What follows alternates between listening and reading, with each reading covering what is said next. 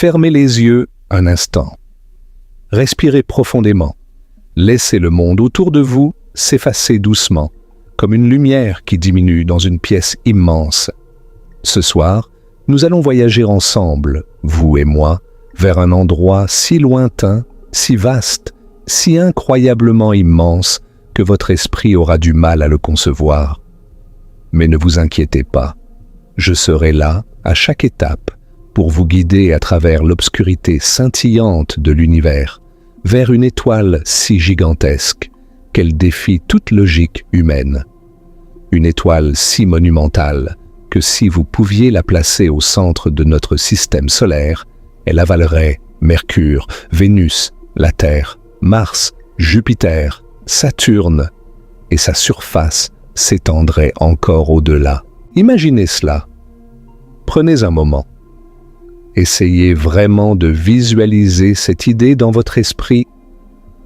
Notre Soleil, cette boule de feu brillante qui nous donne la vie, qui éclaire nos journées et réchauffe notre peau, serait si minuscule en comparaison qu'il serait plus petit qu'un grain de sable posé sur une plage infinie. Mais avant de rencontrer ce monstre cosmique, avant de plonger dans les profondeurs de l'espace pour contempler la plus grande étoile jamais découverte, permettez-moi de vous poser quelques questions. Des questions qui, je l'espère, allumeront en vous cette flamme de curiosité qui brûle au cœur de chaque être humain depuis la nuit des temps. Quelle est la taille maximale qu'une étoile peut atteindre? Existe-t-il une limite imposée par les lois de la physique ou l'univers permet-il des créations d'une taille véritablement infinie? Si vous pouviez vous tenir sur une planète orbitant autour de cette étoile géante, à quoi ressemblerait le ciel? Seriez-vous englouti par une lumière rouge sang qui remplirait l'intégralité de votre champ de vision, d'un horizon à l'autre? Et comment les scientifiques ont-ils même réussi à mesurer la taille d'un objet situé à des milliers d'années-lumière de nous? Comment pouvons-nous, depuis notre petite planète bleue perdue dans un bras spiral d'une galaxie parmi des milliards, avoir la prétention de mesurer des géants cosmiques si lointains? Voici quelques faits qui vont probablement vous couper le souffle. Si vous preniez un avion commercial, un de ces avions que vous prenez pour partir en vacances, volant à environ 900 km/h, et que vous tentiez de faire le tour de cette étoile, un seul tour complet, il vous faudrait plus de 1100 ans. Pensez-y, 1100 ans. C'est plus que toute l'histoire de la France moderne. C'est plus que le temps qui sépare l'empire carolingien de notre époque. Et ce n'est que pour faire un seul tour. La lumière elle-même, cette chose la plus rapide de tout l'univers, cette constante fondamentale qui traverse le vide à près de 300 000 km par seconde, mettrait plus de 8 heures pour parcourir la circonférence de cette étoile. 8 heures. La lumière met 8 minutes pour aller du Soleil à la Terre, mais il lui faudrait 8 heures, rien que pour faire le tour de cet astre colossal. Cette étoile est si volumineuse que vous pourriez y placer 10 milliards de soleils à l'intérieur. 10 milliards. Ce nombre est si grand qu'il perd presque toute signification. Et pourtant, cette étoile existe réellement, quelque part dans notre galaxie, palpitant doucement dans l'obscurité de l'espace, comme un cœur rouge géant battant ses derniers battements cosmiques. Ce soir, nous allons entreprendre le voyage le plus profond que vous ayez jamais fait. Depuis notre petit soleil familier, nous grimperons les échelons de la taille stellaire, passant devant des géantes rouges, des supergéantes, jusqu'aux hypergéantes, les véritables titans du cosmos. Chaque étape nous rapprochera un peu plus de la vérité sur la plus grande étoile jamais découverte. Si vous aimez l'espace, si vous aimez vous endormir bercé par les mystères de l'univers, si cette exploration de l'infini cosmique fait vibrer quelque chose au fond de vous, alors prenez un moment pour vous installer confortablement. Appuyez sur le bouton « J'aime », abonnez-vous à la chaîne et dites-moi dans les commentaires, avant même de commencer ce voyage, quelle taille pensez-vous que la plus grande étoile fait par rapport à notre Soleil? Voyons qui s'approchera le plus de la réponse. Maintenant, tamisez les lumières. Posez votre tête sur l'oreiller si vous le souhaitez et laissez-vous porter. Notre voyage commence maintenant. Pour comprendre véritablement la taille de la plus grande étoile jamais découverte, nous devons d'abord comprendre ce que signifie être grand dans l'univers. Et pour cela, nous devons partir de ce que nous connaissons, de ce qui est familier, de notre propre échelle humaine, et construire progressivement notre compréhension vers des dimensions qui dépassent l'imagination. Commençons par vous. Votre corps mesure environ 1,70 m, peut-être un peu plus, peut-être un peu moins. C'est votre référence de base. Maintenant, imaginez la Tour Eiffel à Paris. Elle mesure 330 mètres de haut. C'est environ 200 fois votre taille. C'est déjà impressionnant quand vous vous tenez à sa base et levez les yeux vers son sommet qui semble toucher les nuages. Mais maintenant, pensez au mont Everest, le point le plus élevé de la surface terrestre, 8849 mètres au-dessus du niveau de la mer. C'est environ 27 fois la hauteur de la Tour Eiffel. Et pourtant, même l'Everest n'est qu'une minuscule bosse sur la surface de notre planète. La Terre elle-même a un diamètre d'environ 12 742 km. Si vous pouviez conduire une voiture en ligne droite à travers la Terre, d'un côté à l'autre, à 100 km par heure, sans jamais vous arrêter, il vous faudrait environ 5 jours et 7 heures. C'est notre maison, c'est le monde entier que nous connaissons, avec tous ces océans, ces montagnes, ces forêts, ces déserts, ces villes, ces milliards d'habitants. Tout cela tient dans une sphère de moins de 13 000 km de diamètre. Gardez ce chiffre en tête, car nous allons bientôt le comparer à des objets qui le font paraître microscopique. Notre voisine la Lune est environ 4 fois plus petite que la Terre, avec un diamètre d'environ 3474 km. Vous pourriez aligner environ 4 lunes côte à côte pour couvrir le diamètre de la Terre. La distance entre la Terre et la Lune est d'environ 384 400 km. C'est suffisamment loin pour que la lumière mette un peu plus d'1 seconde à faire le trajet. Les astronautes d'Apollo ont mis environ 3 jours pour y arriver. Mais dans le grand schéma cosmique, la Lune est notre voisine la plus proche, littéralement à notre porte. Maintenant, faisons un saut considérable. Jupiter, la plus grande planète de notre système solaire, a un diamètre d'environ 139 820 km. C'est environ 11 fois le diamètre de la Terre. Si la Terre était une bille de la taille d'une cerise, Jupiter serait une grosse pastèque. Et le volume de Jupiter est si immense que vous pourriez y faire tenir environ 1300 terres à l'intérieur. 1300 copies de notre planète entière, avec tous ses océans et ses continents, empilés à l'intérieur de cette géante gazeuse.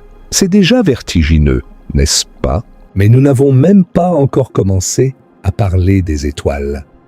Car voici le Soleil, notre étoile, le centre de notre système solaire. L'objet qui contient à lui seul 99,8% de toute la masse du système solaire. Son diamètre est d'environ 1 million 392 000 km. Laissez ce chiffre pénétrer votre esprit. 1 400 000 km. C'est environ 109 fois le diamètre de la Terre. Vous pourriez aligner 109 terres côte à côte et elles couvriraient tout juste le diamètre du Soleil. En termes de volume, environ 1 300 000 terres pourraient tenir à l'intérieur du Soleil. 1 300 000 copies de notre monde entier. Si vous pouviez conduire une voiture vers le Soleil à 100 km/h sans jamais vous arrêter, il vous faudrait environ 171 ans pour y arriver. La lumière, elle, met 8 minutes et 20 secondes pour parcourir cette distance de 150 millions de kilomètres. La surface du Soleil brûle à environ 5500 degrés Celsius. C'est suffisamment chaud pour fondre n'importe quel matériau connu sur Terre. Mais son cœur est infiniment plus intense, atteignant environ 15 millions de degrés Celsius. À cette température, les atomes d'hydrogène fusionnent pour former de l'hélium, libérant des quantités phénoménales d'énergie. C'est cette réaction, la fusion nucléaire, qui fait briller le Soleil, qui envoie sa lumière et sa chaleur à travers l'espace, qui permet la vie sur Terre. Chaque seconde, le Soleil convertit environ 600 millions de tonnes d'hydrogène en hélium, et dans le processus, environ 4 millions de tonnes de matière sont converties en pure énergie selon la célèbre équation d'Einstein, E égale mc². Le Soleil fait cela depuis environ 4 milliards 600 millions d'années, et il continuera à le faire pendant encore environ 5 milliards d'années avant de manquer de carburant. Notre Soleil est ce que les astronomes appellent une étoile de type G de la séquence principale, parfois surnommée une naine jaune. Ce nom peut sembler modeste, presque insultant pour un objet aussi puissant. Mais, en vérité, notre Soleil est déjà plus grand que la majorité des étoiles de l'univers. Environ 85% de toutes les étoiles de notre galaxie sont plus petites et plus froides que le Soleil. La plupart des étoiles sont des naines rouges, des petites étoiles tièdes qui brûlent leur hydrogène si lentement qu'elles peuvent vivre des centaines de milliards d'années, bien plus longtemps que l'âge actuel de l'univers. Proxima Centauri, l'étoile la plus proche de notre système solaire, est une naine rouge. Elle est si faible qu'elle est invisible à l'œil nu malgré sa proximité relative de seulement 4,2 années-lumière. Donc notre Soleil, bien qu'il soit considéré comme moyen dans les manuels scolaires, est en réalité un astre plutôt respectable dans la hiérarchie stellaire. Mais ce qui se trouve au-dessus de lui dans cette hiérarchie va vous laisser sans voix. Pour cartographier et comprendre les différents types d'étoiles, les astronomes utilisent un outil extraordinaire appelé le diagramme de Hertzsprung-Russell ou diagramme HR. C'est l'un des graphiques les plus importants de toute l'astrophysique et si vous voulez comprendre les étoiles, vous devez comprendre ce diagramme. Il a été développé indépendamment au début du XXe siècle par deux astronomes, le Danois Einar Hertzsprung et l'Américain Henry Norris Russell. L'idée est simple mais brillante. Sur l'axe horizontal, vous avez la température de surface de l'étoile, allant des étoiles les plus chaudes à gauche, les bleues aux plus froides à droite, les rouges. Sur l'axe vertical, vous avez la luminosité, la quantité totale d'énergie que l'étoile rayonne, allant des plus faibles en bas aux plus lumineuses en haut. Quand vous placez des milliers d'étoiles sur ce graphique, quelque chose de remarquable apparaît. Les étoiles ne se répartissent pas de manière aléatoire. Elles forment des groupes, des motifs distincts. La majorité des étoiles se trouve le long d'une bande diagonale qui va du coin supérieur gauche, chaud et lumineux, au coin inférieur droit, froid et faible. Cette bande s'appelle la séquence principale, et c'est là que les étoiles passent la plus grande partie de leur vie, brûlant tranquillement de l'hydrogène dans leur cœur. Notre Soleil se trouve approximativement au milieu de cette bande. Au-dessus et à droite de la séquence principale, vous trouvez les géantes et les supergéantes rouges. Ce sont des étoiles qui ont quitté la séquence principale, qui ont épuisé l'hydrogène dans leur cœur et qui se sont gonflées énormément tout en se refroidissant en surface. Elles sont rouges parce qu'elles sont relativement froides pour des étoiles, mais elles sont incroyablement lumineuses parce qu'elles sont immenses.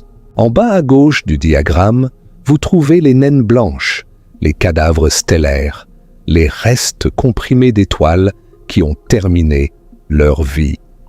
Et tout en haut, au sommet du diagramme, dans le coin supérieur droit, se trouve un territoire rare et extraordinaire.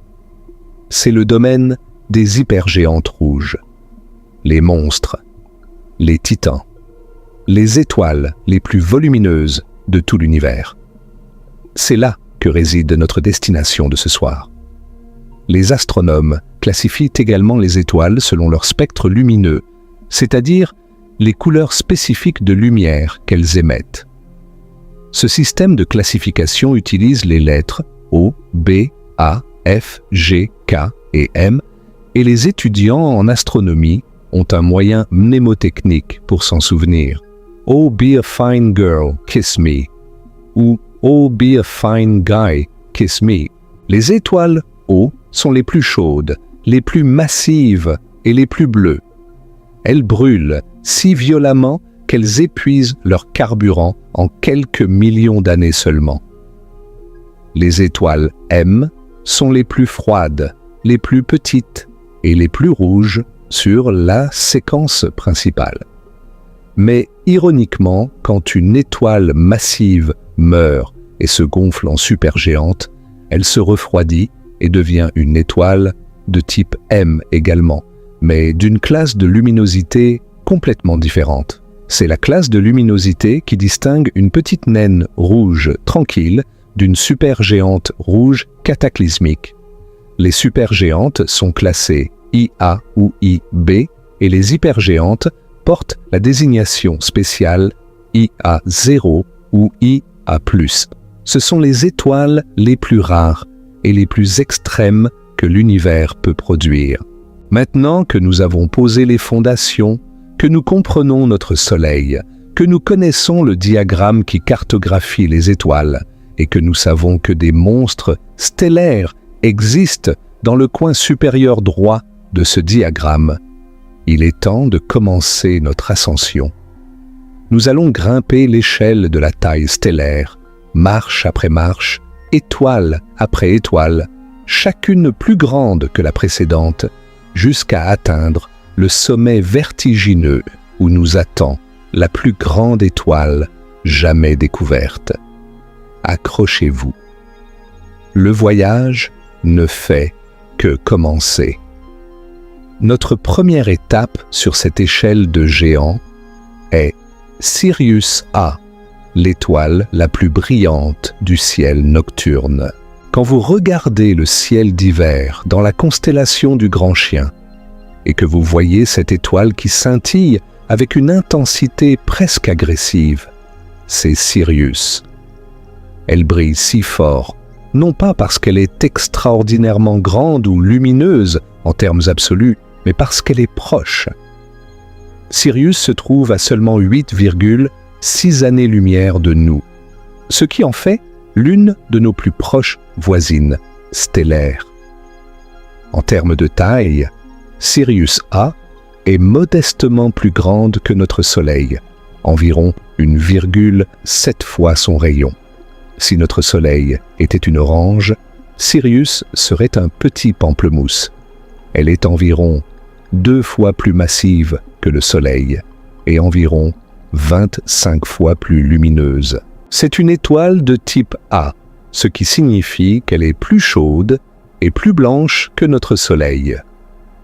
Sirius possède un compagnon fascinant, Sirius B, une naine blanche, le cadavre d'une étoile qui était autrefois plus massive que Sirius A elle-même, mais qui a terminé sa vie et s'est effondrée en un objet de la taille de la Terre, mais avec la masse du Soleil. La densité de Sirius B est si extraordinaire qu'une cuillère à café de sa matière pèserait environ 5 tonnes sur Terre. Sirius a occupé une place importante dans de nombreuses civilisations. Les anciens Égyptiens l'utilisaient pour prédire la crue annuelle du Nil.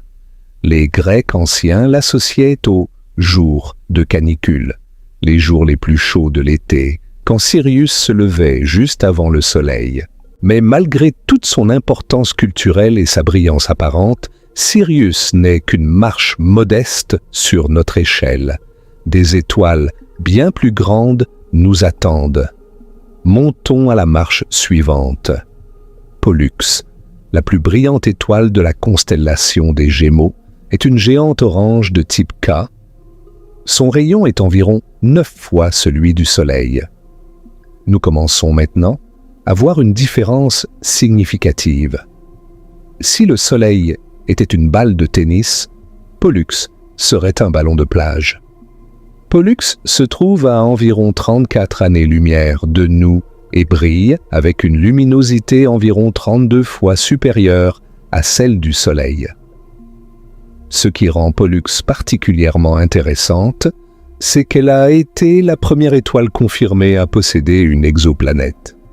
En 2006, une planète géante gazeuse nommée Pollux B ou Testias a été découverte en orbite autour d'elle. Cette planète a une masse d'environ 2,3 fois celle de Jupiter et orbite autour de Pollux à une distance d'environ 1,6 unités astronomiques. L'existence de cette planète nous rappelle que même les étoiles géantes peuvent avoir des systèmes planétaires, des mondes qui orbitent autour d'elles, peut-être avec leurs propres merveilles et mystères. Continuons notre ascension. Arcturus, la 4e étoile la plus brillante du ciel nocturne, est une géante rouge de type K, située à environ 37 années-lumière de nous dans la constellation du Bouvier. Son rayon est environ 26 fois celui du Soleil. Si vous mettiez Arcturus à la place du Soleil, sa surface s'étendrait bien au-delà de l'orbite de Mercure. Arcturus est particulièrement fascinante parce qu'elle nous donne un aperçu de l'avenir de notre propre Soleil. Dans environ 5 milliards d'années, quand notre Soleil aura épuisé l'hydrogène dans son cœur, il se gonflera pour devenir une géante rouge assez similaire à Arcturus. Il engloutira probablement Mercure et Vénus, et la Terre sera soit avalée, soit transformée en une roche calcinée inhabitable. Arcturus nous montre ce destin avec une clarté troublante. Elle se déplace également à travers la galaxie à une vitesse remarquable par rapport au Soleil, environ 122 km par seconde, ce qui suggère qu'elle pourrait être une étoile plus ancienne, originaire d'une population stellaire différente, peut-être capturée depuis un petit galaxie satellite absorbé par la Voie lactée il y a des milliards d'années. L'étape suivante est Aldébaran, l'œil rouge flamboyant de la constellation du Taureau. Aldébaran est une géante rouge de type K dont le rayon est environ 44 fois celui du Soleil. Nous avons maintenant quitté le domaine des étoiles qui pourraient être confondues avec des versions légèrement plus grandes du Soleil. Aldébaran est indéniablement un géant. Si elle remplaçait notre Soleil, sa surface s'étendrait presque jusqu'à l'orbite de Mercure. Elle se trouve à environ 65 années-lumière de nous et brille avec une teinte orange-rouge profonde qui lui a valu son nom, qui vient de l'arabe Aldabaran, signifiant le suiveur, car elle semble suivre l'amas des Pléiades dans le ciel. Un fait fascinant à propos d'Aldébaran, la sonde spatiale Pioneer 10, lancée en 1972 et qui a été le premier objet fabriqué par l'homme à traverser la ceinture d'astéroïdes et à survoler Jupiter, se dirige actuellement dans la direction générale d'Aldébaran, mais elle n'y arrivera pas avant environ 2 millions d'années. 2 millions d'années! C'est à peu près le temps écoulé depuis que nos ancêtres hominidés ont commencé à utiliser des outils en pierre. La vastitude de l'espace transforme même nos accomplissements technologiques les plus impressionnants en exercices de patience cosmique. Maintenant, préparez-vous car nous allons faire un saut qualitatif majeur.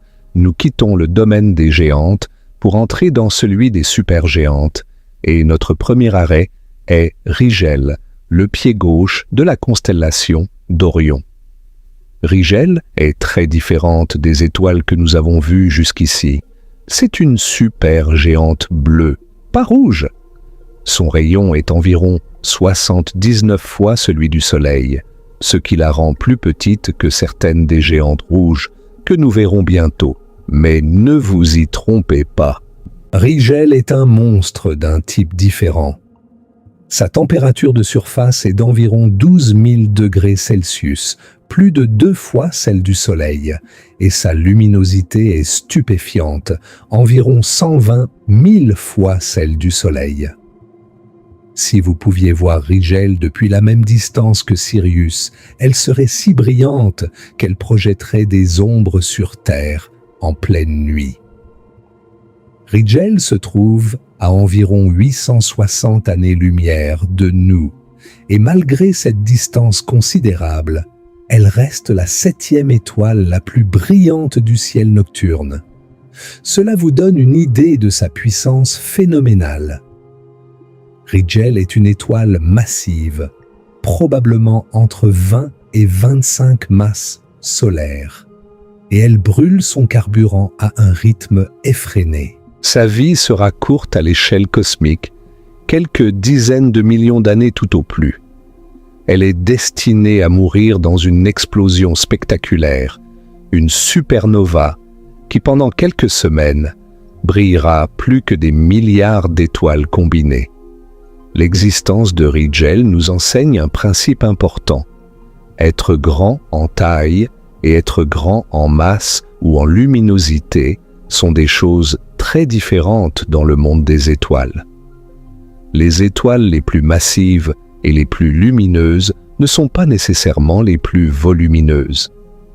Cette distinction sera cruciale quand nous arriverons à notre destination finale.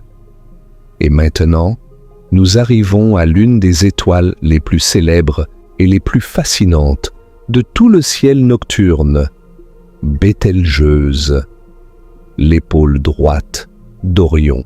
Rien que prononcer son nom évoque le mystère et la grandeur cosmique. Bételgeuse est une supergéante rouge, une véritable titan dont le rayon varie entre environ 700 et 1000 fois celui du Soleil. Oui, vous avez bien entendu, son rayon varie. Bételgeuse est une étoile variable semi-régulière, ce qui signifie qu'elle palpite, gonflant et se contractant au fil du temps. Sa taille change réellement. Imaginez une étoile si grande que si vous la placiez au centre de notre système solaire, sa surface engloutirait sans difficulté l'orbite de Mars et s'approcherait de celle de Jupiter lors de ses phases d'expansion maximale. Bételgeuse se trouve à environ 700 années-lumière de nous. C'est suffisamment loin pour que nous soyons en sécurité, mais suffisamment proche pour qu'elle soit l'une des étoiles les plus étudiées et les mieux comprises de notre ciel. Sa couleur rouge-orange profonde est visible à l'œil nu, et c'est cette teinte qui lui a valu son nom arabe original, qui dérive probablement de Yad al-Jawza, signifiant la main d'Orion. Bételgeuse a captivé l'attention du monde entier à la fin de l'année 2019 et au début de 2020, quand elle a connu un événement que les astronomes ont surnommé le Grand Affaiblissement. Sa luminosité a diminué de manière spectaculaire, perdant environ 2/3 de sa brillance habituelle en seulement quelques semaines. Pendant un moment vertigineux, le monde entier s'est demandé « Est-ce que Bételgeuse est sur le point d'exploser? Est-ce le signe annonciateur d'une supernova imminente ?» Les réseaux sociaux se sont enflammés. Les astronomes amateurs et professionnels ont pointé leur télescope vers elle avec une excitation fébrile.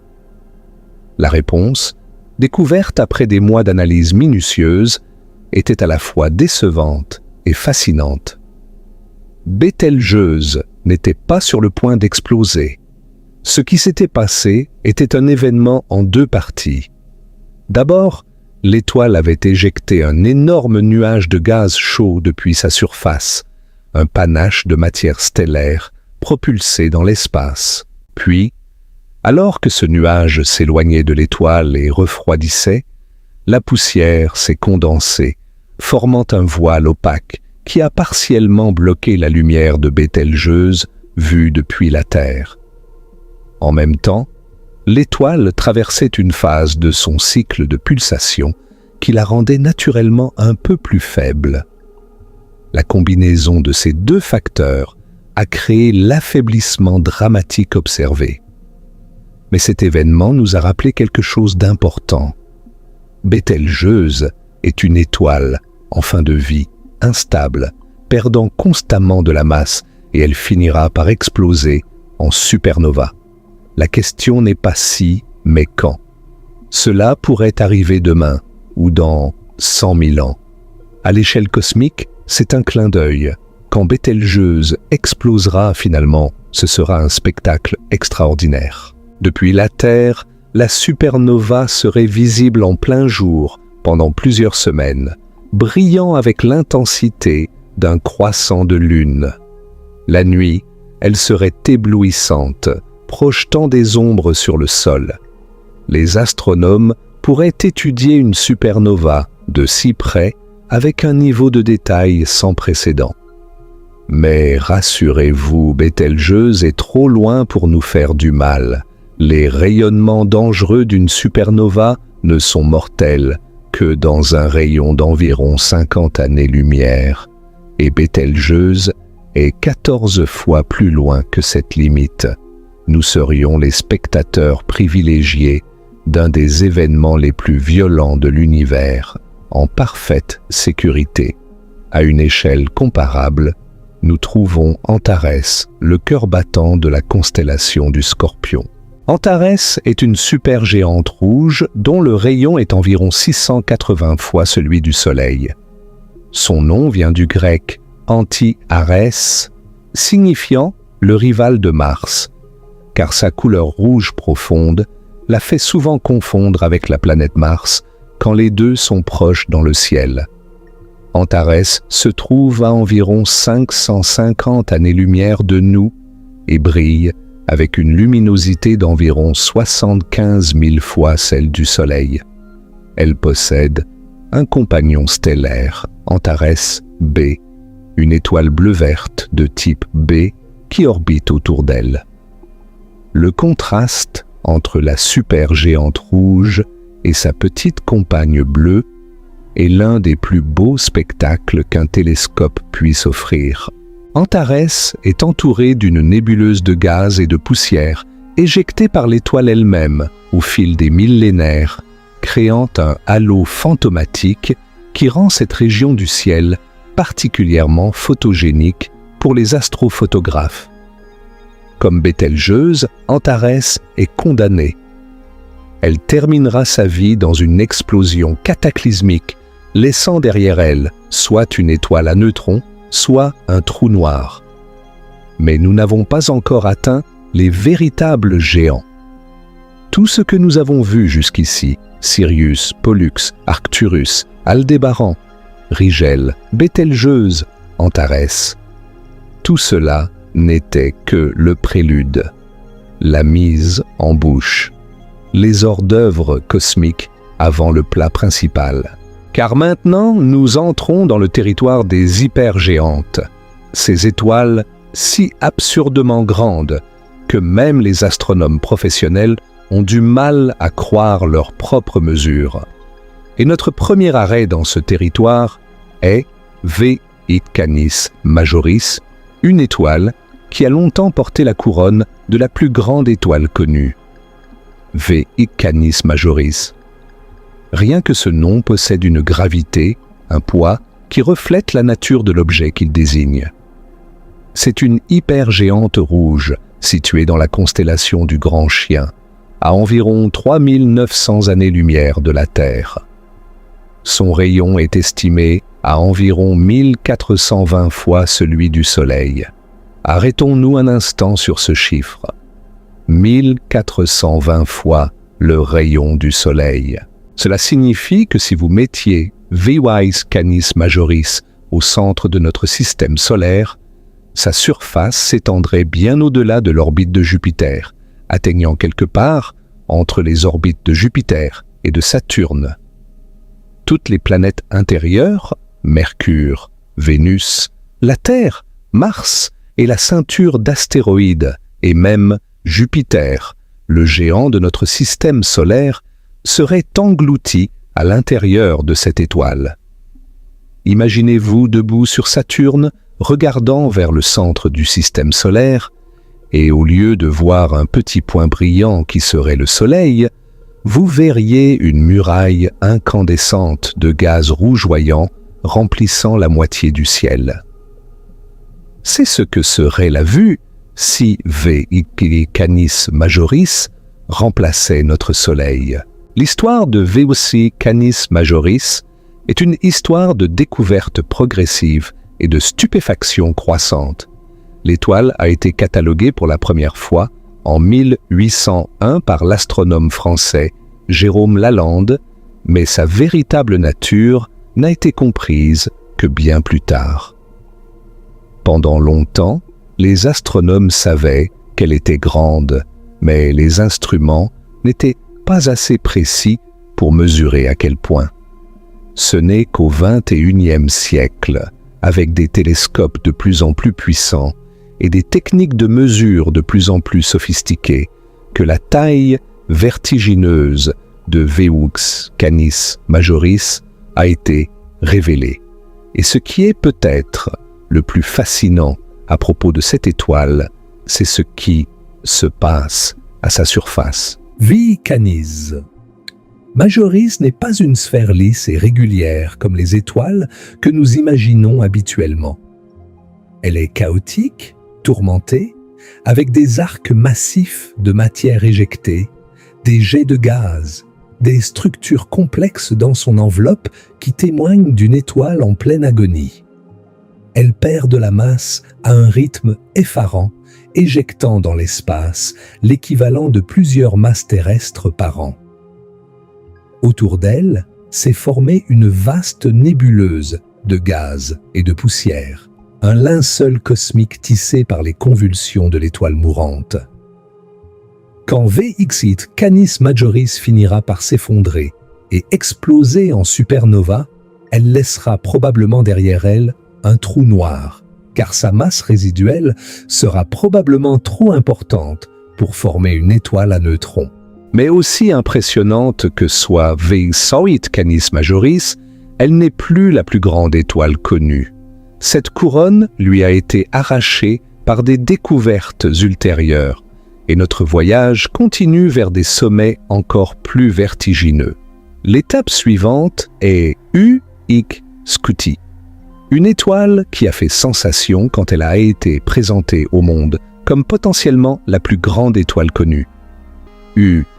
Scuti est une supergéante rouge variable pulsante située dans la constellation de l'Écu de Sobieski, près de la direction du centre de notre galaxie, à environ 9500 années-lumière de la Terre.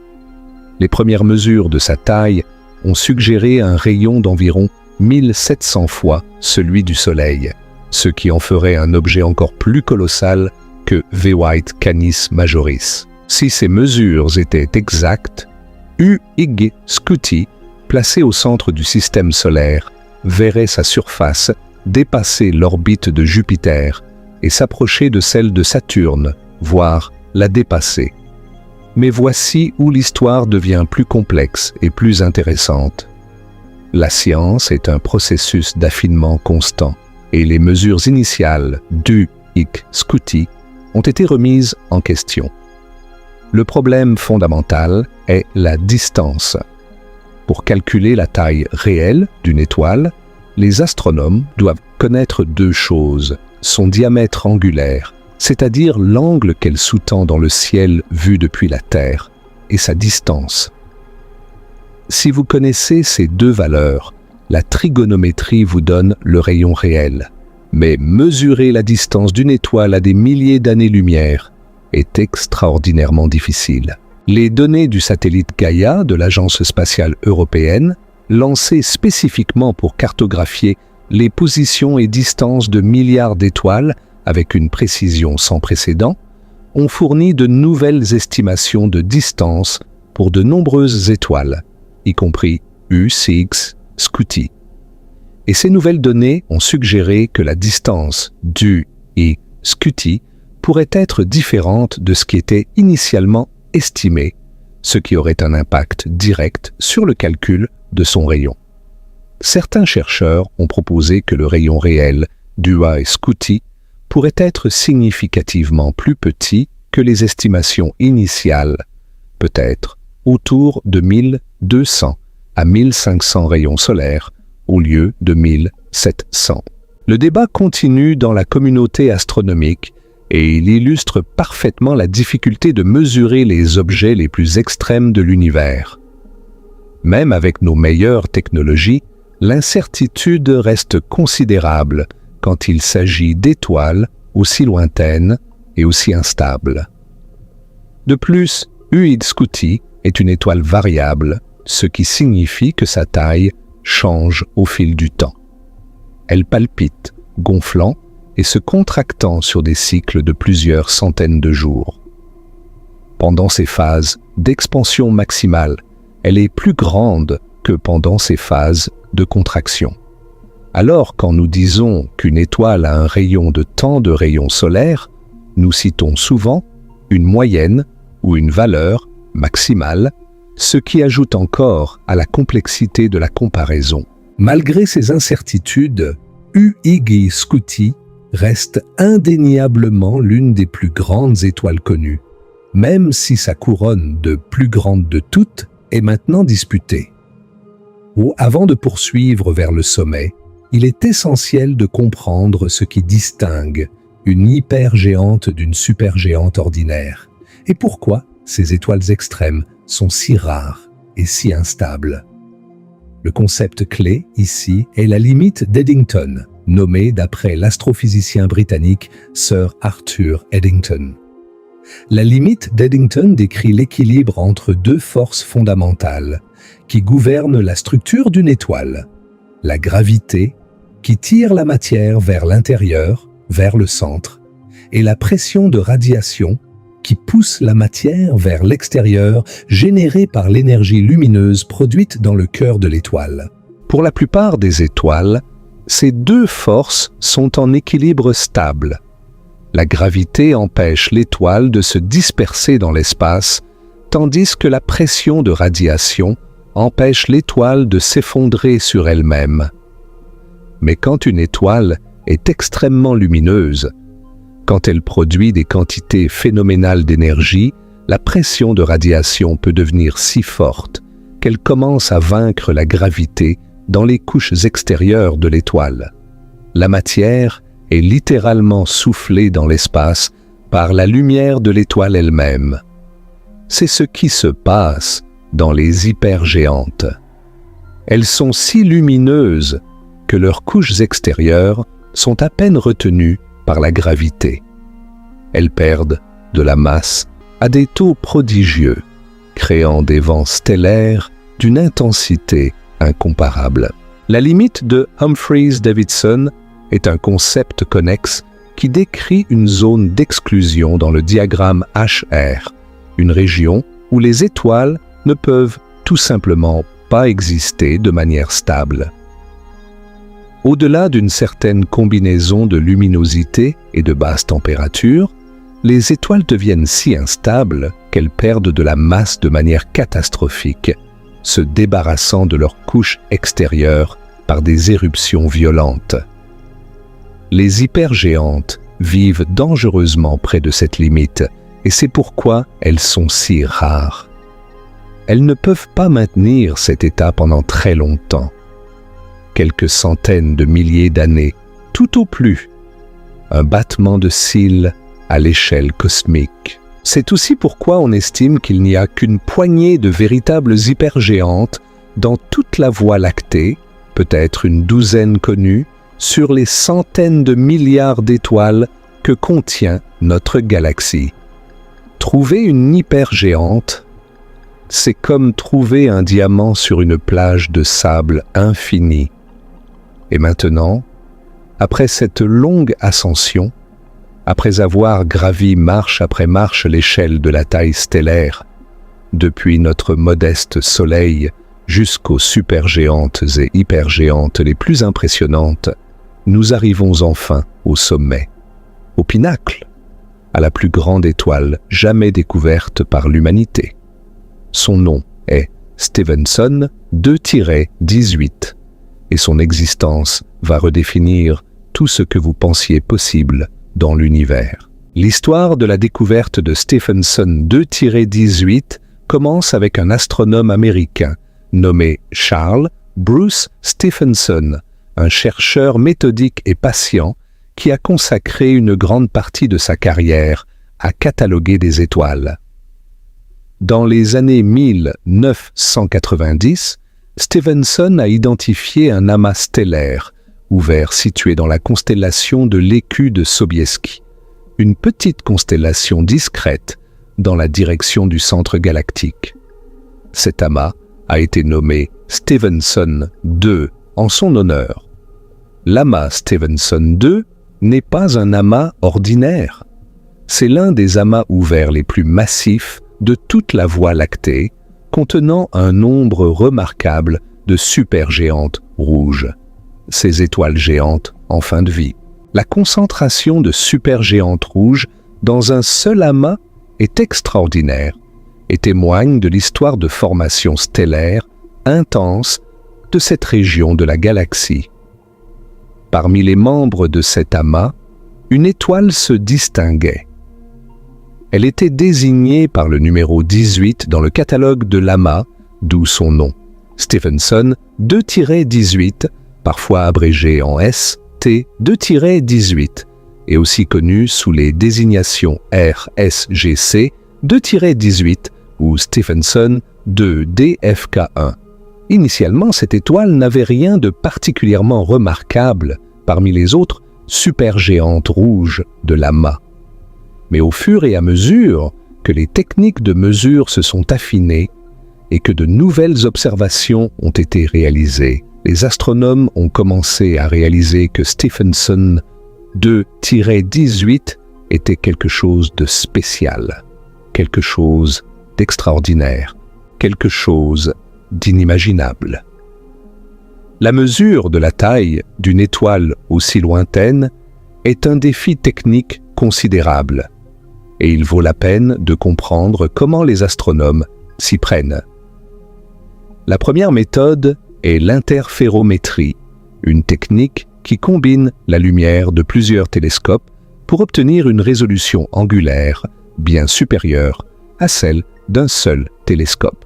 Cela permet de mesurer le diamètre angulaire de l'étoile dans le ciel, c'est-à-dire la taille apparente de son disque vu depuis la Terre. Mais pour les étoiles extrêmement lointaines, même l'interférométrie peut être insuffisante et les astronomes doivent recourir à d'autres méthodes. L'une d'elles consiste à mesurer la luminosité bolométrique de l'étoile, c'est-à-dire la quantité totale d'énergie qu'elle rayonne dans toutes les longueurs d'onde, pas seulement la lumière visible. En connaissant la luminosité bolométrique et la température de surface, la loi de Stefan Boltzmann permet de calculer le rayon de l'étoile. Cette loi stipule que la luminosité d'un corps noir est proportionnelle à la 4e puissance de sa température et au carré de son rayon. Si vous connaissez la luminosité et la température, vous pouvez résoudre l'équation pour le rayon. L'analyse spectrale est une autre technique cruciale.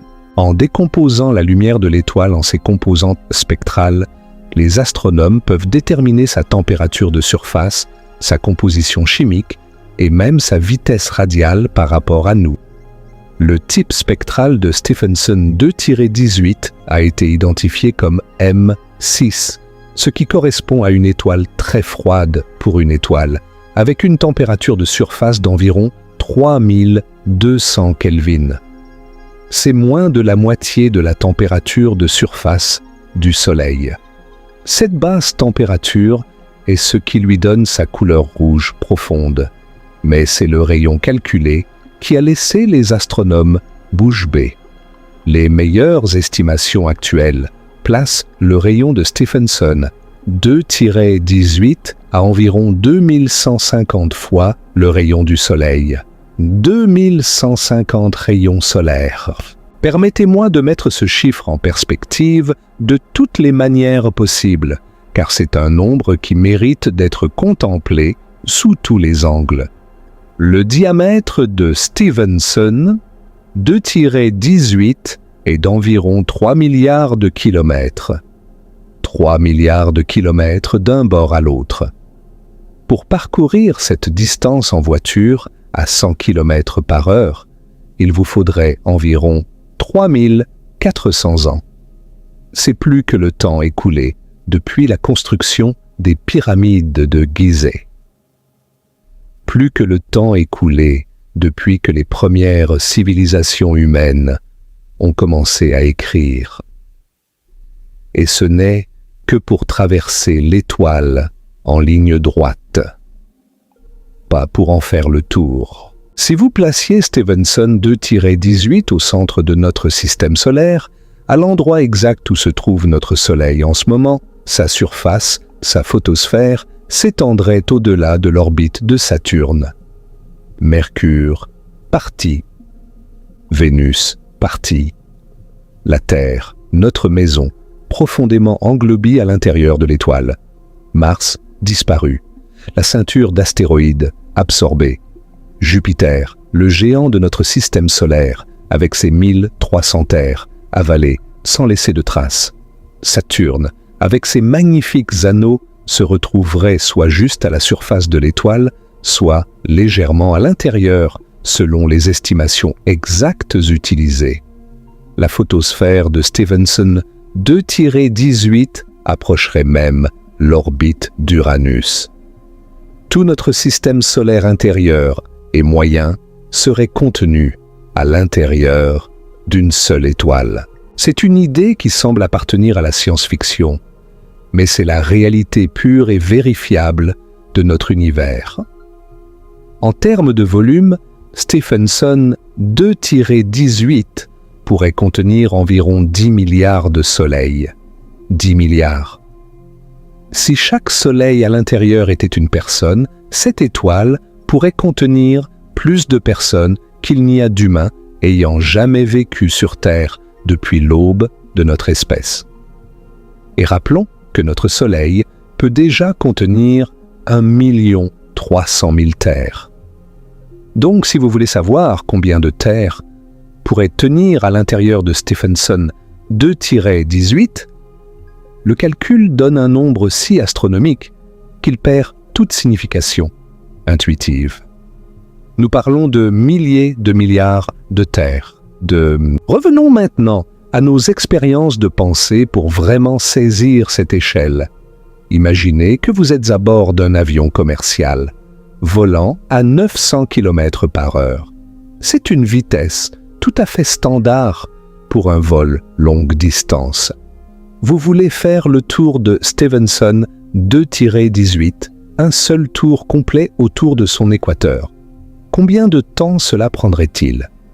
Eh bien, la circonférence de l'étoile est d'environ 9,4 milliards de kilomètres.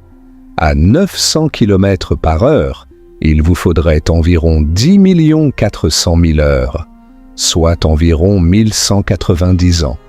Plus de 1000 ans dans un avion, sans jamais atterrir, sans jamais s'arrêter, juste pour boucler un seul tour.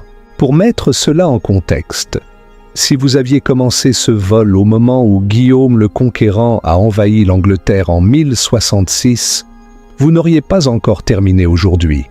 Maintenant, considérons la lumière, la chose la plus rapide de l'univers, se déplaçant à 299 792 km par seconde. Combien de temps faudrait-il à un rayon de lumière pour faire le tour de cette étoile? La réponse est environ 8,7 heures. Rappelez-vous que la lumière fait le tour de la Terre en seulement un huitième de seconde et qu'elle met 8 minutes pour aller du Soleil à la Terre. Mais pour contourner Stephenson 2-18, il lui faut plus de 8 heures. C'est à peu près le temps que vous passez à dormir chaque nuit. Pendant que vous dormez, un rayon de lumière pourrait tout juste faire un tour complet autour de cette étoile. Imaginez maintenant que la Terre orbitait autour de Stephenson 2-18 au lieu du Soleil, à la même distance que la Terre orbite actuellement autour du Soleil. Eh bien, c'est impossible, car à cette distance, vous seriez profondément à l'intérieur de l'étoile.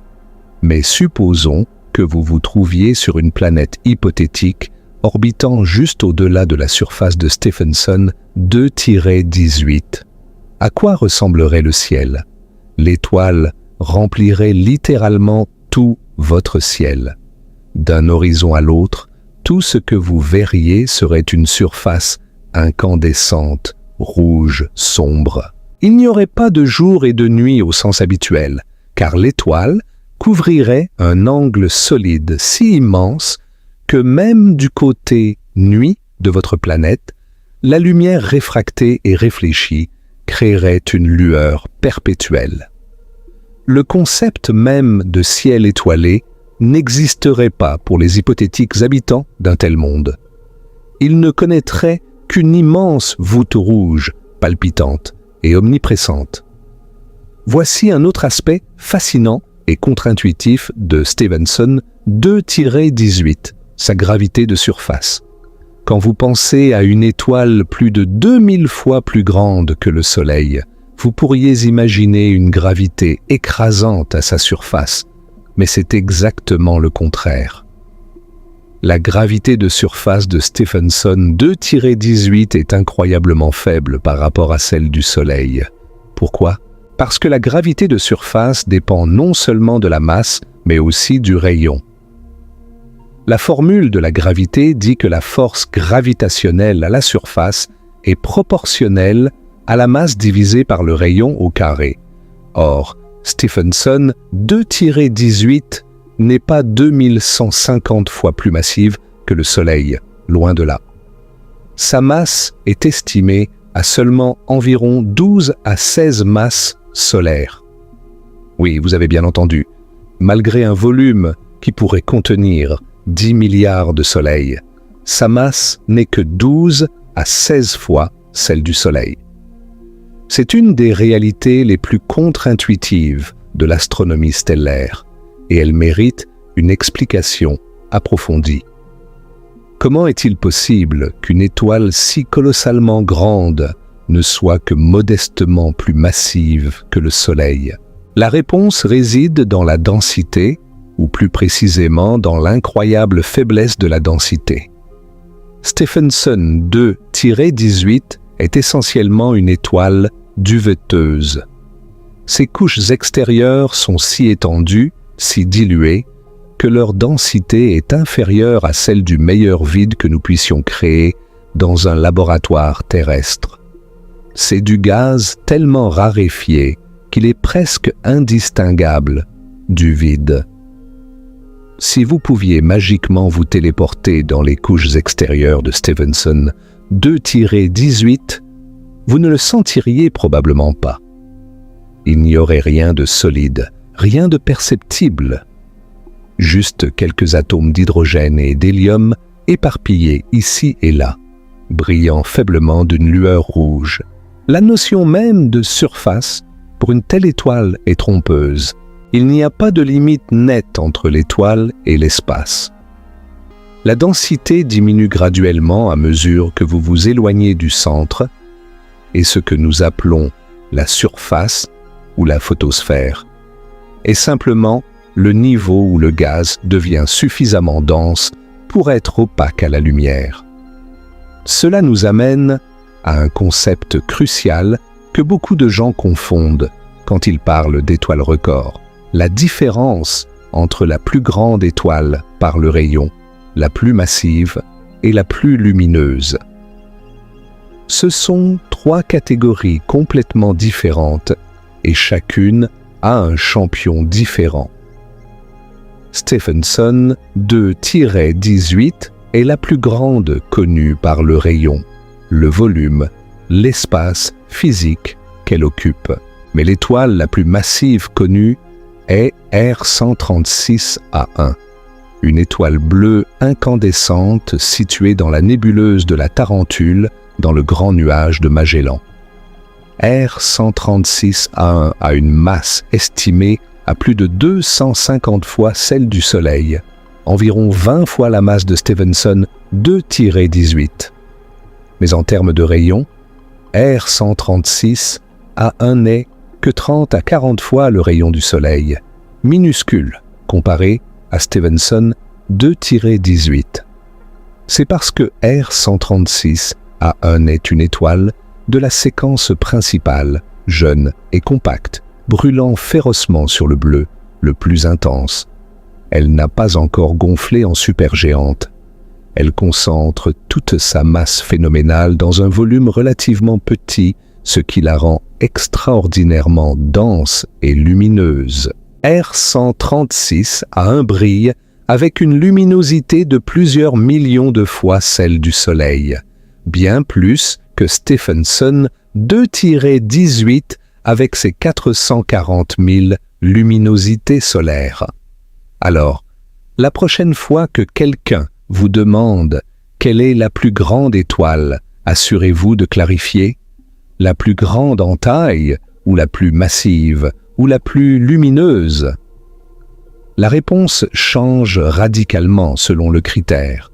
La raison pour laquelle Stephenson 2-18 est si grande mais relativement peu massive est liée à son stade évolutif.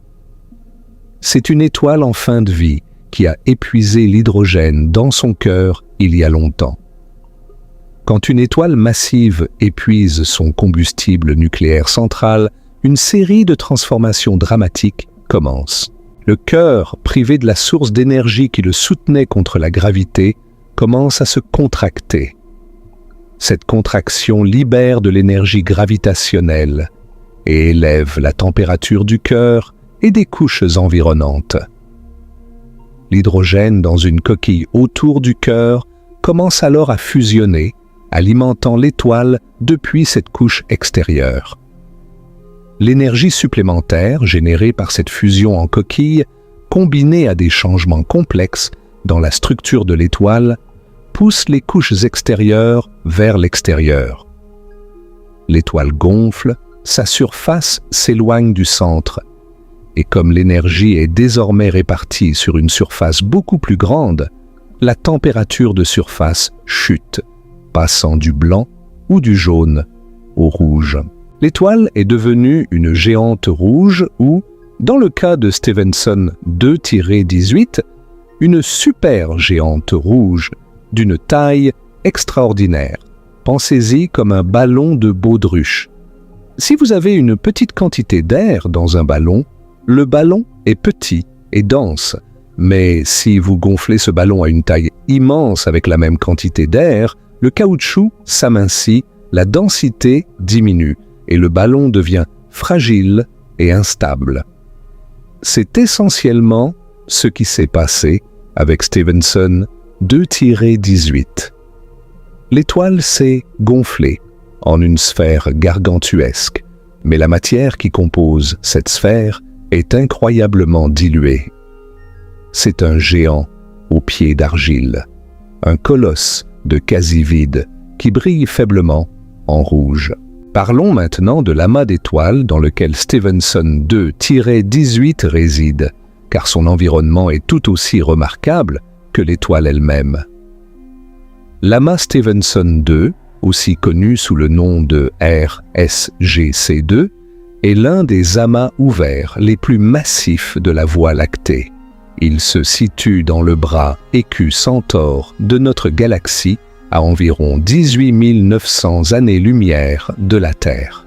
La lumière que nous observons aujourd'hui de Stephenson 2-18 a quitté cette étoile il y a environ 19 000 ans, à une époque où nos ancêtres humains peignaient encore les parois des grottes en Europe et où les derniers mammouths parcouraient encore les steppes d'Eurasie. Cette lumière a voyagé pendant tout ce temps, traversant le vide interstellaire, traversant des nuages de poussière et de gaz, pour finalement atteindre nos télescopes et nous révéler l'existence de ce titan cosmique.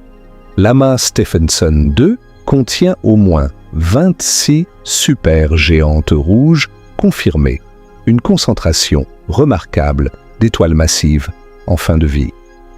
Cela suggère que l'amas a connu un épisode intense de formation stellaire il y a quelques millions d'années, produisant un grand nombre d'étoiles massives qui arrivent maintenant simultanément en fin de vie.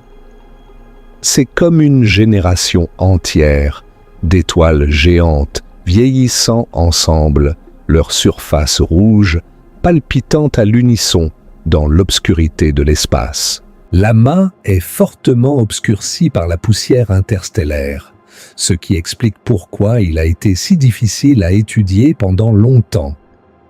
La poussière dans le plan de notre galaxie absorbe la lumière visible, rendant les objets lointains dans cette direction pratiquement invisibles dans le spectre optique.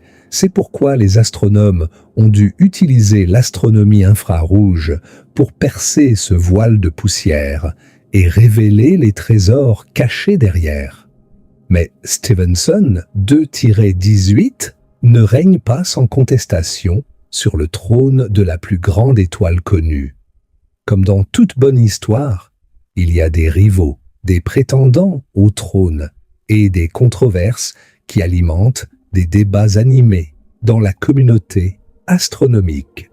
Permettez-moi de vous présenter les principaux concurrents. VOHG 64 est une supergéante rouge, située non pas dans notre Voie lactée, mais dans le grand nuage de Magellan, une petite galaxie satellite de la nôtre, visible depuis l'hémisphère sud. Son rayon est estimé à environ 1540 fois celui du Soleil, ce qui en fait l'une des plus grandes étoiles connues en dehors de notre galaxie. OHG 64 est entouré d'un tore épais de poussière et de gaz éjectés, formant une structure en forme de beignet autour de l'étoile, qui témoigne de sa perte de masse cataclysmique. Le fait que cette étoile se trouve dans une autre galaxie est à la fois un avantage et un inconvénient pour les astronomes. L'avantage est que la distance au grand nuage de Magellan est bien connue, environ 160 000 années-lumière, ce qui réduit l'incertitude sur le calcul du rayon. L'inconvénient est que cette distance considérable rend les observations détaillées plus difficiles. Westerlund 1-26 est un autre prétendant, une supergéante rouge membre de l'amas de Westerlund 1, l'un des amas de jeunes étoiles les plus massifs connu dans la Voie lactée.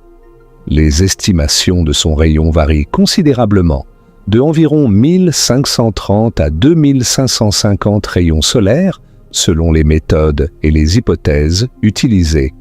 Si les estimations les plus élevées sont correctes, Westerlund 1-26 pourrait rivaliser avec Stephenson 2-18 ou même la surpasser. Mais ces estimations élevées reposent sur des hypothèses de distance qui ne font pas l'unanimité, et le consensus scientifique actuel tend à favoriser des valeurs plus conservatrices. NML Cygni est une hypergéante rouge située dans la constellation du Cygne, à environ 5300 années-lumière de la Terre. Son rayon est estimé à environ 1640 fois celui du Soleil. C'est une étoile extrêmement lumineuse et instable, perdant de la masse à un rythme prodigieux. Elle est entourée d'une enveloppe complexe de gaz et de poussière qui la rend difficile à observer directement. AH Scorpii, dans la constellation du Scorpion, est estimée à environ 1400 rayons solaires, ce qui la place dans la même catégorie que V et Canis Majoris. Le point commun entre tous ses concurrents et Stephenson 2-18 est l'incertitude. Les mesures de tailles stellaires extrêmes sont intrinsèquement difficiles et sujettes à des erreurs significatives. Les sources d'incertitude sont multiples. La distance exacte de l'étoile peut être mal connue.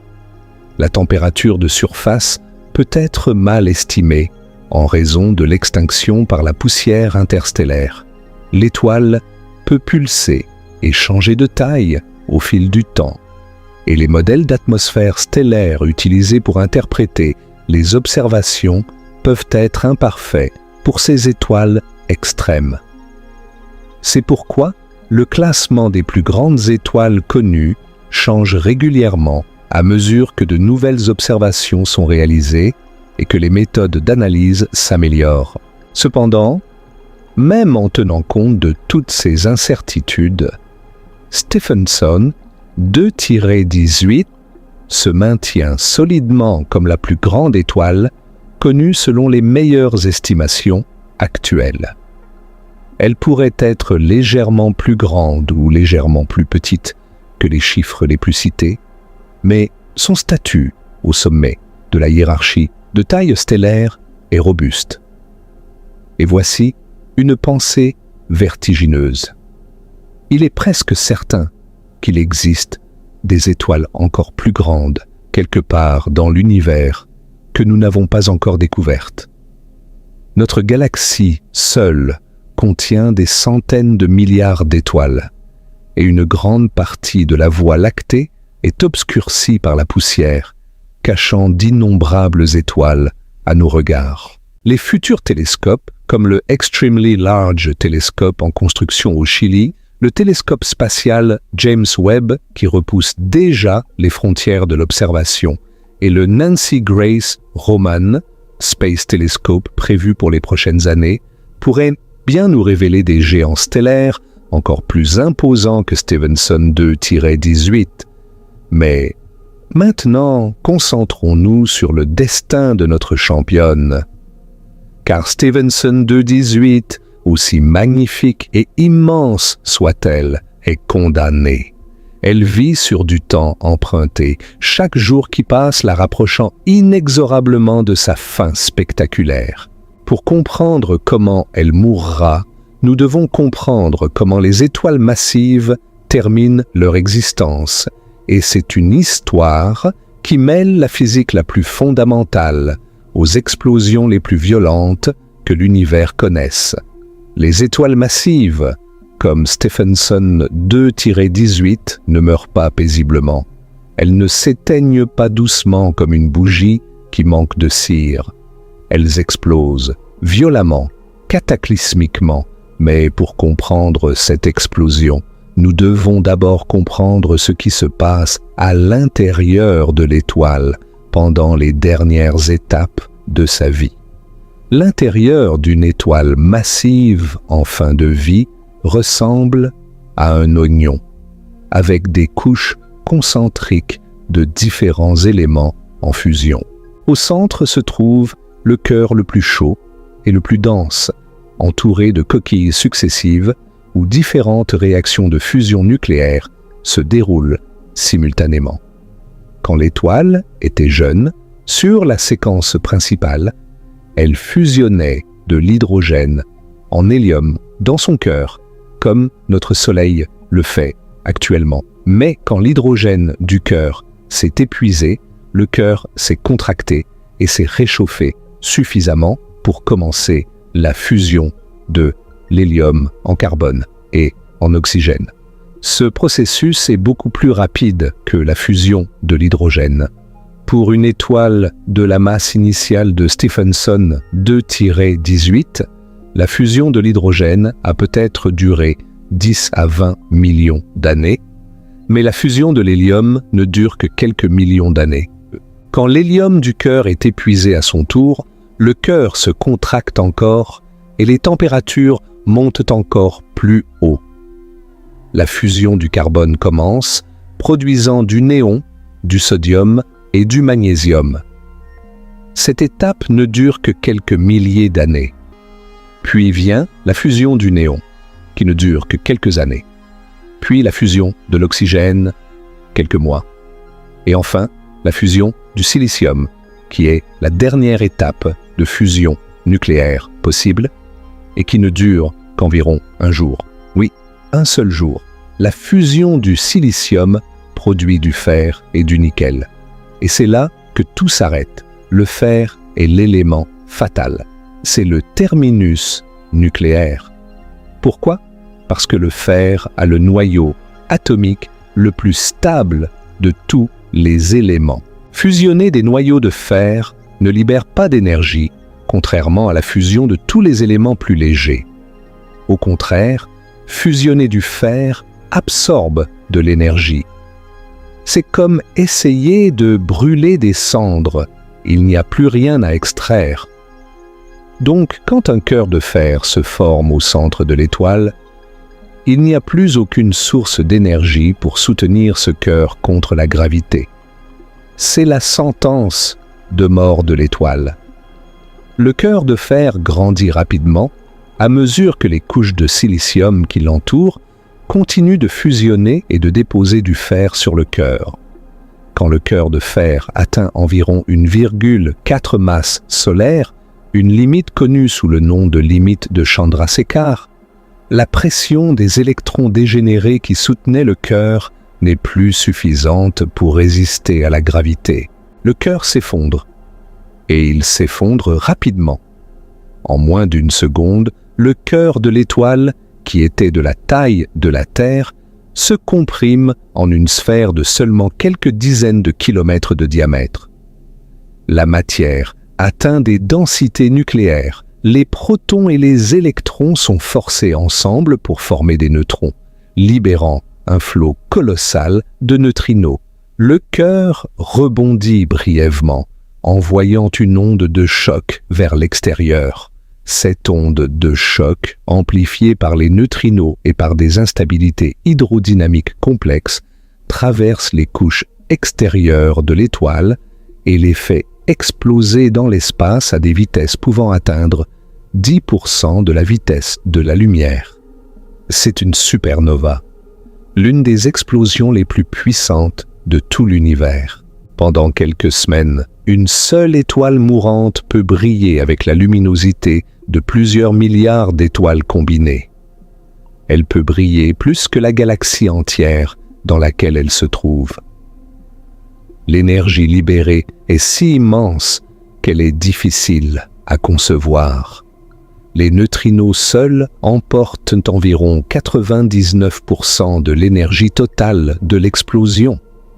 Et cette énergie neutrino est environ 100 fois supérieure à toute l'énergie que le Soleil émettra pendant ses 10 milliards d'années d'existence. Et cette énergie est libérée en quelques secondes seulement. L'explosion est d'une importance fondamentale pour l'existence même de la vie dans l'univers, car c'est pendant cette explosion que les éléments plus lourds que le fer sont créés. L'or que vous portez peut-être en bijoux, le platine, l'uranium, l'iode dans votre thyroïde, le cuivre dans le câblage électrique de votre maison. Tous ces éléments ont été forgés dans les fournaises d'étoiles mourantes, dans les dernières secondes cataclysmiques de supernovae qui ont explosé bien avant la formation de notre système solaire. Chaque atome lourd dans votre corps est le produit de la mort d'une étoile. Nous sommes, littéralement, faits de poussière d'étoiles. Ce n'est pas de la poésie, c'est de la physique nucléaire. Quand Stephenson 2-18 explosera finalement en supernova, et elle le fera, car c'est le destin inévitable de toute étoile massive, l'événement sera d'une violence presque incompréhensible. Les couches extérieures de cette étoile gargantuesque seront soufflées dans l'espace, créant une nébuleuse de supernova qui s'étendra sur des années-lumière. Les éléments lourds forgés dans son cœur et dans l'explosion elle-même seront dispersés dans le milieu interstellaire, où ils se mélangeront avec le gaz et la poussière existants. Des millions d'années plus tard, ce matériau enrichi pourra s'effondrer sous sa propre gravité pour former de nouvelles étoiles et de nouveaux systèmes planétaires, des planètes rocheuses avec des noyaux de fer, des océans d'eau et peut-être, un jour, de la vie. Ce qui restera au centre après l'explosion dépend de la masse du cœur résiduel. Si le cœur effondré a une masse inférieure à environ 2 à 3 masses solaires, il formera une étoile à neutrons, un objet extraordinaire d'environ 20 km de diamètre avec la masse du Soleil. La densité d'une étoile à neutrons est si extrême qu'une cuillère à café de sa matière pèserait environ 1 milliard de tonnes sur Terre. Certaines étoiles à neutrons tournent sur elles-mêmes des centaines de fois par seconde et émettent des faisceaux de rayonnement électromagnétique depuis leur pôle magnétique, créant ce que nous observons comme des pulsars, des phares cosmiques clignotant avec une précision d'horloge. Les champs magnétiques des étoiles à neutrons peuvent être des millions de milliards de fois plus puissants que celui de la Terre. Si le cœur résiduel est trop massif pour former une étoile à neutrons, même la pression des neutrons dégénérés ne peut résister à la gravité, et le cœur s'effondre en un trou noir stellaire. Un point de non-retour gravitationnel où la densité de matière est si extrême que même la lumière ne peut s'échapper. L'espace-temps se courbe si intensément autour du trou noir qu'il forme un horizon des événements, une frontière au-delà de laquelle rien ne peut revenir. Pour Stephenson 2-18, étant donné la masse estimée de l'étoile et la quantité de masse qui sera probablement éjectée lors de l'explosion, le résultat le plus probable est soit une étoile à neutrons massive, soit un trou noir de masse stellaire relativement modeste. La réponse exacte dépend de détails de la physique de l'effondrement qui ne sont pas encore parfaitement compris. Quand cette supernova aura-t-elle lieu? C'est la question à $1 milliard, et la réponse honnête est que personne ne le sait avec certitude. Stephenson 2-18 est déjà dans les derniers stades de sa vie stellaire. Elle a quitté la séquence principale, elle a épuisé l'hydrogène de son cœur et elle s'est gonflée en une supergéante rouge massive. Mais les dernières étapes de la vie d'une étoile, la fusion du carbone, du néon, de l'oxygène et du silicium, peuvent se produire sur des échelles de temps allant de milliers d'années à quelques jours, et nous ne pouvons pas observer directement ce qui se passe dans le cœur d'une étoile à des milliers d'années-lumière. l'explosion pourrait survenir demain, dans 1000 ans ou dans 100 000 ans. À l'échelle cosmique, ces durées sont toutes essentiellement immédiatement. Si Stephenson 2-18 explosait en supernova, la verrions-nous depuis la Terre? C'est une question intéressante. L'étoile se trouve à environ 18 900 années-lumière et elle est fortement obscurcie par la poussière interstellaire. À cette distance et avec cette obscuration, la supernova pourrait ne pas être aussi spectaculaire à l'œil nu que la supernova historique observée par les astronomes chinois en 1054, qui a créé la nébuleuse du Crabe. Cependant, elle serait certainement détectable par nos télescopes modernes dans de nombreuses longueurs d'onde, en particulier dans l'infrarouge et les ondes radio qui peuvent pénétrer la poussière. Et le flot de neutrinos serait détectable par les observatoires de neutrinos terrestres bien avant que la lumière de l'explosion n'arrive, car les neutrinos sont produits lors de l'effondrement du cœur et traversent les couches extérieures de l'étoile à la vitesse de la lumière, tandis que l'onde de choc lumineuse met des heures à atteindre la surface. Laissons maintenant Stephenson 2-18 à son destin cosmique et élargissons notre regard pour explorer les questions plus fondamentales que son existence soulève. Comment des étoiles aussi massives se forment-elles en premier lieu? Existe-t-il une limite théorique à la taille qu'une étoile peut atteindre? Et que nous disent ces géants stellaires sur la nature de l'univers lui-même?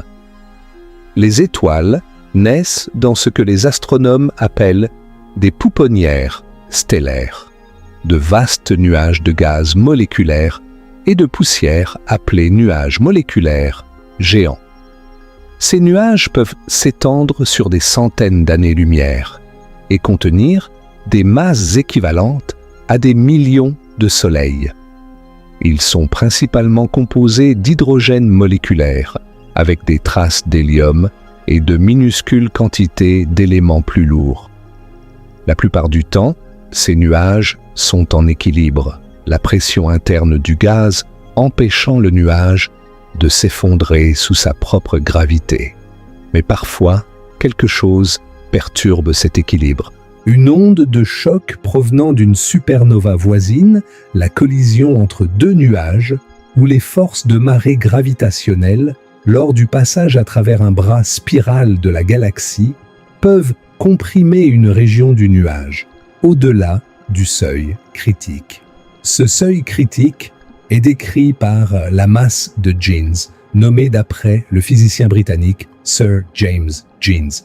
La masse de Jeans est la masse minimale qu'une région d'un nuage de gaz doit avoir pour que la gravité dépasse la pression interne et initie l'effondrement.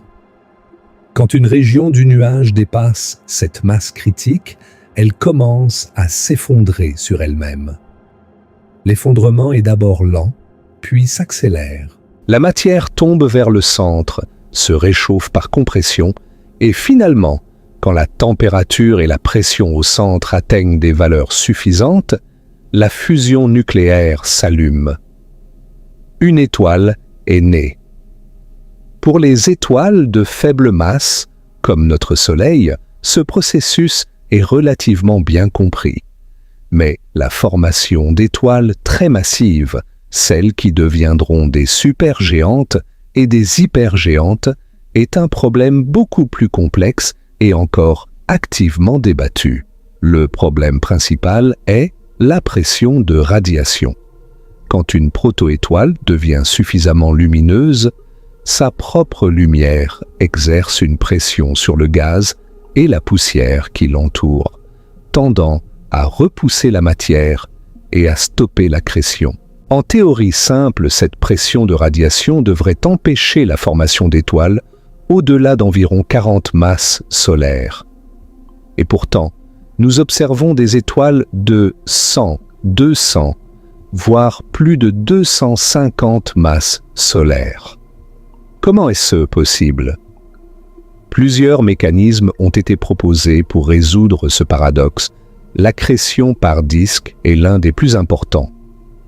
Au lieu de tomber uniformément sur la protoétoile depuis toutes les directions, la matière s'accumule dans un disque d'accrétion autour de l'étoile, similaire aux anneaux de Saturne, mais beaucoup plus massif et chaud. La matière tombe sur l'étoile, principalement à travers ce disque, ce qui lui permet de contourner partiellement la pression de radiation qui pousse vers l'extérieur dans les directions polaires.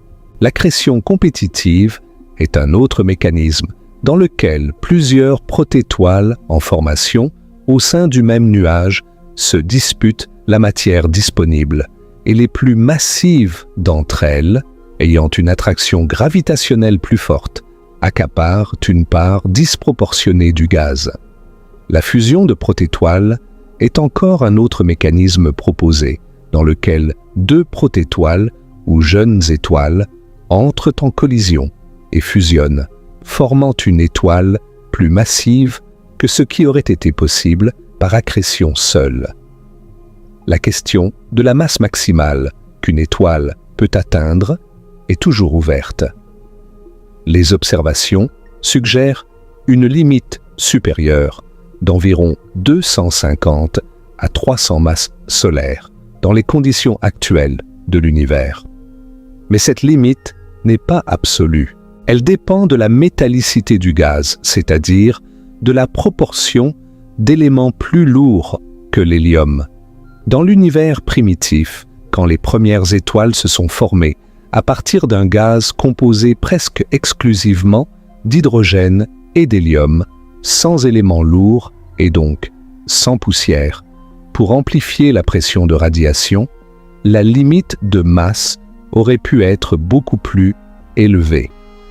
Les premières étoiles de l'univers, connues sous le nom d'étoiles de population 3, pourraient avoir atteint des masses de plusieurs centaines, voire 1000 masses solaires ou plus. Ces étoiles hypothétiques auraient été des monstres inimaginables, des millions de fois plus lumineuses que le Soleil, brûlant férocement pendant seulement quelques millions d'années avant d'exploser en supernova colossale ou de s'effondrer directement en trous noirs massifs.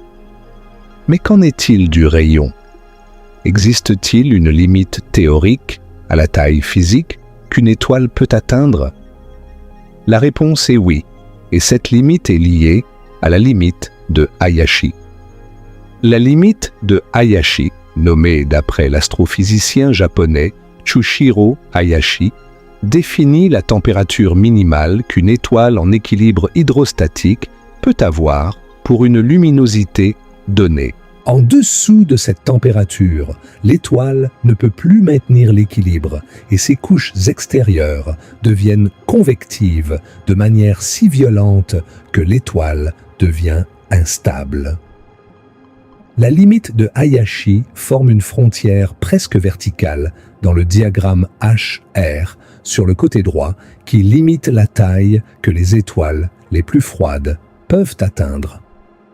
Les supergéantes rouges comme Stephenson 2-18 vivent très près de cette limite, ce qui explique en partie leur instabilité et leur perte de masse intense. Elles ne peuvent pas devenir beaucoup plus froides sans devenir instables, et elles ne peuvent pas devenir beaucoup plus grandes sans que la gravité de surface ne devienne si faible que les couches extérieures s'échappent tout simplement dans l'espace. Les modèles théoriques suggèrent que la taille maximale qu'une étoile peut atteindre est probablement dans la fourchette de ce que nous observons déjà, environ 2000 à 2500 rayons solaires, peut-être un peu plus dans des conditions optimales. Il est peu probable qu'une étoile puisse atteindre 10 000 ou 100 000 rayons solaires, car les forces en jeu deviendraient si déséquilibrées que l'étoile se disloquerait. L'univers a des limites, et même ses créations les plus extravagantes doivent se conformer aux lois de la physique. Cependant, il y a une catégorie hypothétique d'objets qui pourraient avoir dépassé ces limites dans l'univers primitif. Les quasi-étoiles, ou quasi-stars en anglais, sont un concept fascinant proposé par certains astrophysiciens pour expliquer comment les trous noirs supermassifs au centre des galaxies ont pu se former si rapidement dans le jeune univers. L'idée est la suivante. Dans les premières centaines de millions d'années après le Big Bang, un nuage de gaz primordial extrêmement massif s'effondre pour former une étoile gigantesque. Cette étoile est si massive que son cœur s'effondre rapidement en un trou noir. Mais au lieu d'être expulsé par une supernova, les couches extérieures de l'étoile restent en place, soutenues non pas par la fusion nucléaire, mais par l'énergie libérée par la matière tombant dans le trou noir central. Le trou noir au centre de la quasi-étoile grandit en dévorant la matière de l'étoile depuis l'intérieur, tandis que les couches extérieures de la quasi-étoile restent intactes, formant une enveloppe gigantesque autour du trou noir. Les modèles théoriques suggèrent qu'une quasi-étoile pourrait atteindre un rayon de plusieurs milliers de rayons solaires, peut-être même 7000 rayons solaires ou plus. Si ces objets ont existé, ils auraient été les plus grands astres de l'univers, éclipsant même Stephenson 2 à 18. Leur luminosité aurait été prodigieuse, des milliards de fois celle du Soleil. Mais il est important de souligner que les quasi-étoiles sont entièrement théoriques. Aucune n'a jamais été observée et aucune ne peut exister dans l'univers actuel, car les conditions nécessaires à leur formation, un gaz primordial extrêmement pur sans éléments lourds et des densités de gaz exceptionnellement élevées, n'existent plus. Elles appartiendraient à une ère révolue de l'univers, une époque de géants cosmiques qui ont depuis longtemps disparu. L'idée des quasi-étoiles est intimement liée à l'un des grands mystères de l'astrophysique moderne. Comment les trous noirs supermassifs au centre des galaxies ont-ils pu devenir si massifs si rapidement? Nous observons des quasars, des galaxies actives, alimentées par des trous noirs supermassifs de milliards de masses solaires, existant déjà quand l'univers n'avait que quelques centaines de millions d'années. Comment un trou noir a-t-il pu accumuler des milliards de masses solaires en si peu de temps? L'accrétion normale de matière est trop lente pour expliquer cela. Les quasi-étoiles offrent une voie possible. Le trou noir naît au cœur d'une étoile géante et grandit rapidement en dévorant cette étoile de l'intérieur, atteignant en quelques millions d'années une masse de dizaines de milliers de masses solaires. Ce trou noir graine peut ensuite continuer à croître par accrétion normale et par fusion avec d'autres trous noirs au fil des milliards d'années pour finalement atteindre les masses colossales que nous observons aujourd'hui au centre des galaxies. En parlant de trous noirs supermassifs, il est intéressant de comparer la taille de Stephenson 2-18 avec celle de certains de ces monstres gravitationnels.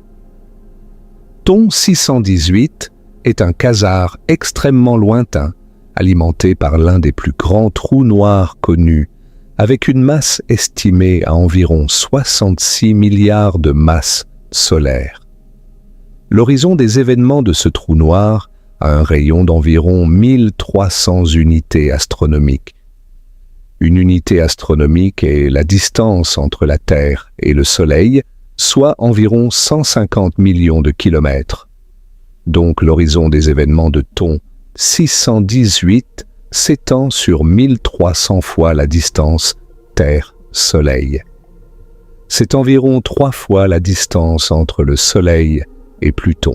C'est un objet dont la surface gravitationnelle est plus grande que l'ensemble de notre système solaire.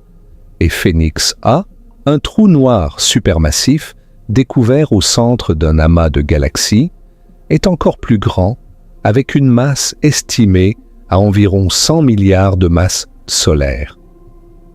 Ces objets font paraître même Stephenson 2-18 modeste en comparaison, rappelant que dans la hiérarchie des tailles cosmiques, les étoiles ne sont qu'un échelon intermédiaire.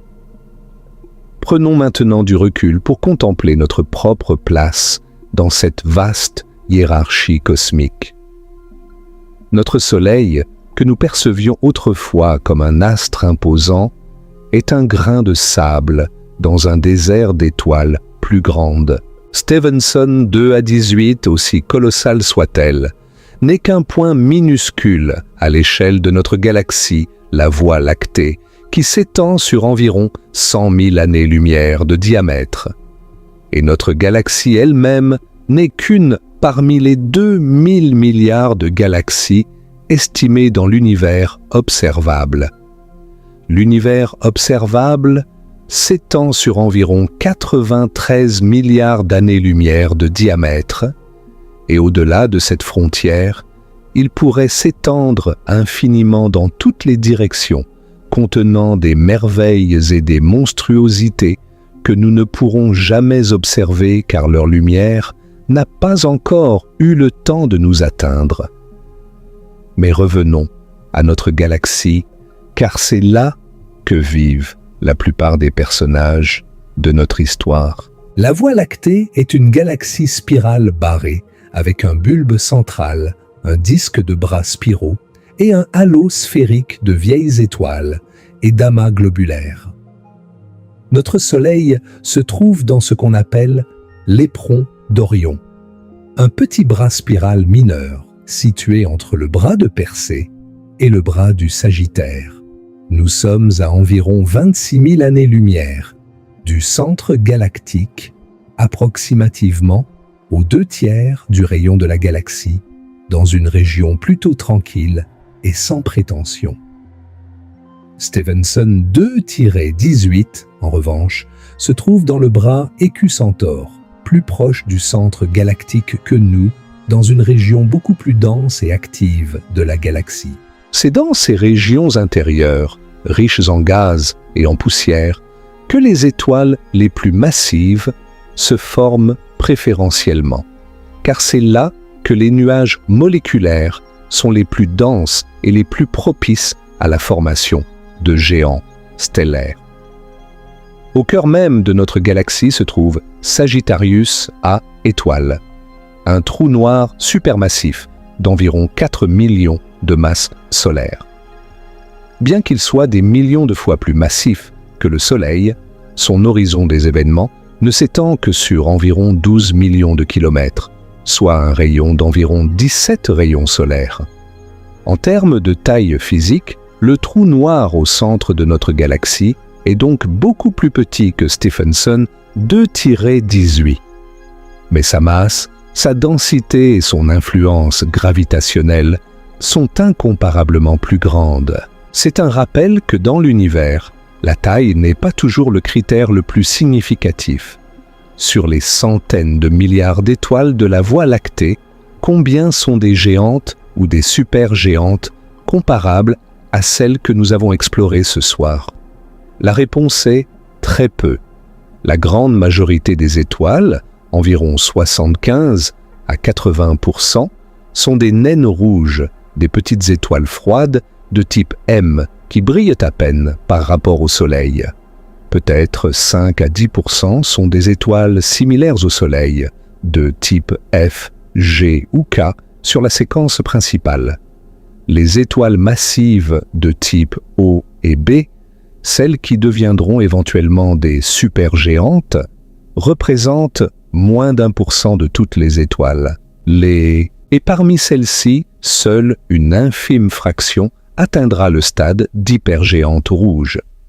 Les astronomes estiment qu'il n'y a peut-être qu'une douzaine d'hypergéantes rouges connues dans toute la Voie lactée, et peut-être quelques centaines au total si l'on inclut celles cachées derrière la poussière galactique. Des étoiles comme Stephenson 2-18 sont littéralement une sur plusieurs dizaines de milliards. Des raretés cosmiques d'une rareté absolue. Cette rareté les rend d'autant plus précieuses pour la science. Chaque hypergéante que nous découvrons est une occasion unique d'étudier les processus physiques extrêmes qui se déroulent dans les étoiles les plus massives et les plus évoluées. Elle nous enseigne comment les étoiles perdent de la masse, comment les éléments lourds sont produits et dispersés dans le milieu interstellaire, comment les supernovae se préparent et comment les trous noirs et les étoiles à neutrons se forment. Sans ces étoiles géantes et leur mort explosive, l'univers serait un endroit beaucoup plus simple et beaucoup plus ennuyeux. Il n'y aurait pas de planètes rocheuses, pas de métaux, pas de chimie complexe, pas de vie. Nous devons notre existence à la mort de ces titans cosmiques. Permettez-moi maintenant de vous emmener dans un voyage à travers le temps, vers les premières étoiles de l'univers, pour comprendre d'où viennent ces géants et pourquoi ils occupent une place si spéciale dans l'histoire cosmique. L'univers est né il y a environ 13,8 milliards d'années dans le Big Bang, un événement d'une densité et d'une température infinie, à partir duquel tout l'espace, le temps, la matière et l'énergie ont émergé. Pendant les premières centaines de milliers d'années, l'univers était si chaud et si dense que la matière et la lumière étaient intimement mêlées dans un plasma opaque. Aucune structure ne pouvait se former. Mais environ 380 000 ans après le Big Bang, l'univers s'est suffisamment refroidi pour que les protons et les électrons se combinent pour former des atomes d'hydrogène neutres. L'univers est devenu transparent à la lumière pour la première fois. C'est cette lumière que nous observons aujourd'hui sous la forme du fond diffus cosmologique, un rayonnement micro-ondes qui baigne tout l'univers et qui porte l'empreinte des conditions qui régnaient à cette époque primordiale. Après cette période, l'univers est entré dans ce que les astronomes appellent poétiquement les âges sombres. Pendant des centaines de millions d'années, l'univers était rempli d'hydrogène et d'hélium neutre, mais aucune étoile ne brillait encore. L'obscurité était totale. Puis, lentement, la gravité a commencé son œuvre. Les légères inhomogénéités de densité présentes dans l'univers primitif, des régions à peine plus denses que la moyenne, ont commencé à attirer la matière environnante. Ces surdensités ont grandi progressivement, accumulant de plus en plus de gaz, formant les premiers halos de matière noire et les premières proto-galaxies. Et au cœur de ces structures, les premières étoiles ont commencé à se former. Ces premières étoiles, les étoiles de population 3, étaient fondamentalement différentes des étoiles que nous connaissons aujourd'hui. Elles se sont formées à partir d'un gaz composé exclusivement d'hydrogène et d'hélium, sans aucun des éléments plus lourds que nous appelons collectivement les métaux en astronomie. L'absence de métaux a des conséquences profondes sur la physique de la formation stellaire. Les métaux jouent un rôle crucial dans le refroidissement des nuages de gaz. Les atomes de carbone, d'oxygène et d'autres éléments lourds sont des radiateurs efficaces, émettant des photons qui emportent de l'énergie et permettent au gaz de se refroidir et de se condenser en fragments plus petits.